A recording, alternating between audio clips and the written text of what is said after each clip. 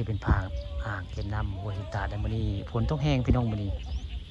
อยู่บริเวณอ่างเก็บน้ำหัวหินตาดฝนตกแห้งในวันที่24มื้อนี้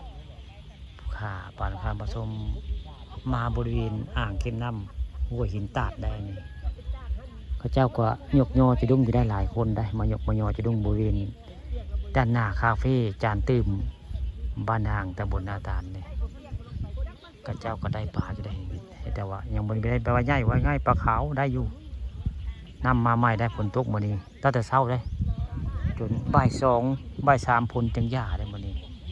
นี่คือเหตุการณ์เขาเจ้ามาหยกยอจะดุ้งอยู่บริเวณอ่างเก็บน้ำห้วยหินตาดบ้านนาอ่างตำบลนาตาลอำเภอตะโงยน้ำเริ่มขึ้นแต่ก็น้ำแห้งได้น้ำแห้งเจ้าก็ยกยอโบราณไปได้บ่คือทางนั้นบ้านคำขาได้คนมายกมายอหลายว่าไงมีน้อยจะดุ้งอันนี้คนโบราณไปได้อันนี้พระเจ้ามายกมายอจะดุ้งกับโบราณไปได้นี่คือเป็นภาพอ่างเก็บน้ำหัวหินตาดแล้วนี่ข้าเจ้ามายกยอจะดุ้งมาฝนตกยากข้าเจ้ามายกมายอได้แต่ยังบริพาได้ปลาใหญ่ได้เบิ่งแล้วได้แต่ปลาน้อยว่าง่ายน้ำกะลายพอสมควรได้เหมือนน้ำลายได้ในทางใต้นี่กะน้ำลายพอน้ำเต็มให้เต็มขั้นพี่น้องผมน้ำทางใต้จันผ่านได้ฝนตกมือนี่ได้ฝนตกตั้งแต่เช้าพี่น้องจนบ่ายจังหยาได้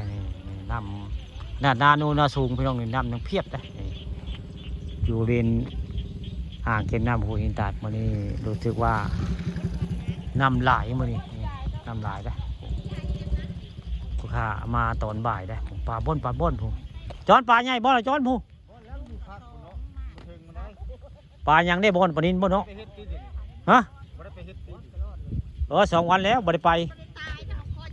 บ่ว่างที่สิไป